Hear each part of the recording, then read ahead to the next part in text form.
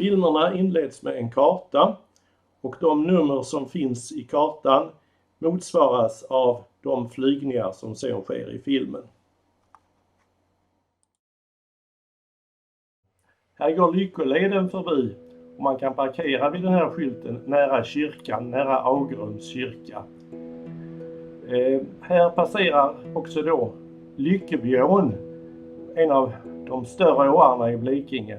Just på den här sträckan så har man tagit bort en dammbyggnad som dämde upp ån.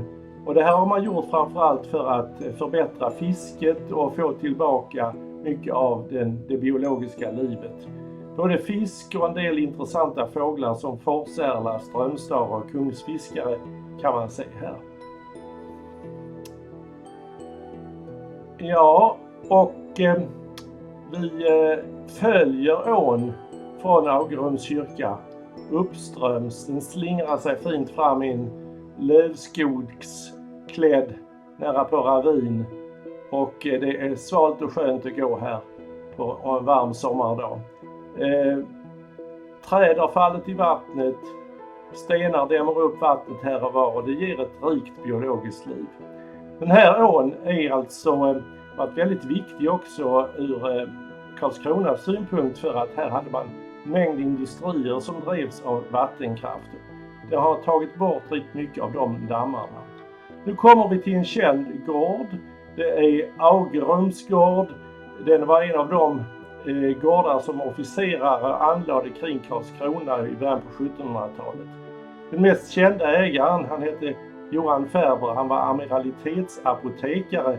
Han hade en jätteträdgård med olika läkeväxter som han hade för sitt jobb som amiralitetsapotekare.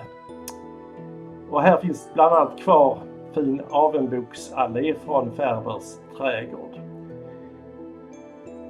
Nu passerar vi landsvägen och vi har en kvarnbyggnad till höger och vi ser kyrkan nu, Augerums kyrka.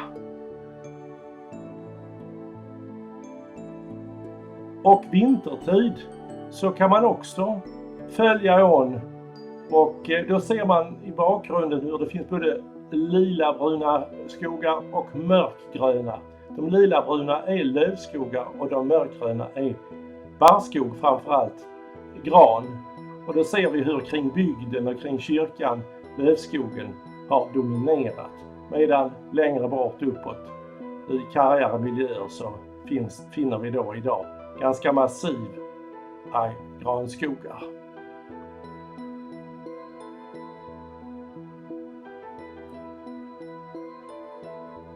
Ja, och så flyger vi från söder mot Augerums kyrka och ser då här det här lustiga fiskbensmönstret i åkern. Det är ett resultat av den täckdikning som man normalt inte ser spåret av. Och det är just meningen att de här dikena är täckta för att dränera utan att man behövde ha öppna diken som gör det besvärligare att bruka åkrarna. Det är en av de stora innovationerna på 1800-talet för att förbättra jordbruket. Vi närmar oss nu kyrkan och rakt framför kyrkan så ser vi en ganska stort ensamt träd. En ek, den är ofta fotograferad. Där tror man att Augerumskvinnans grav låg. Den blev utgrävd på 1800-talet men dokumentationen är jättedålig så vi vet inte riktigt var. Katarina Olsson har velat placera med ledning av dokument graven, den här 600-talsgraven närmare kyrkan i skogsdungen där.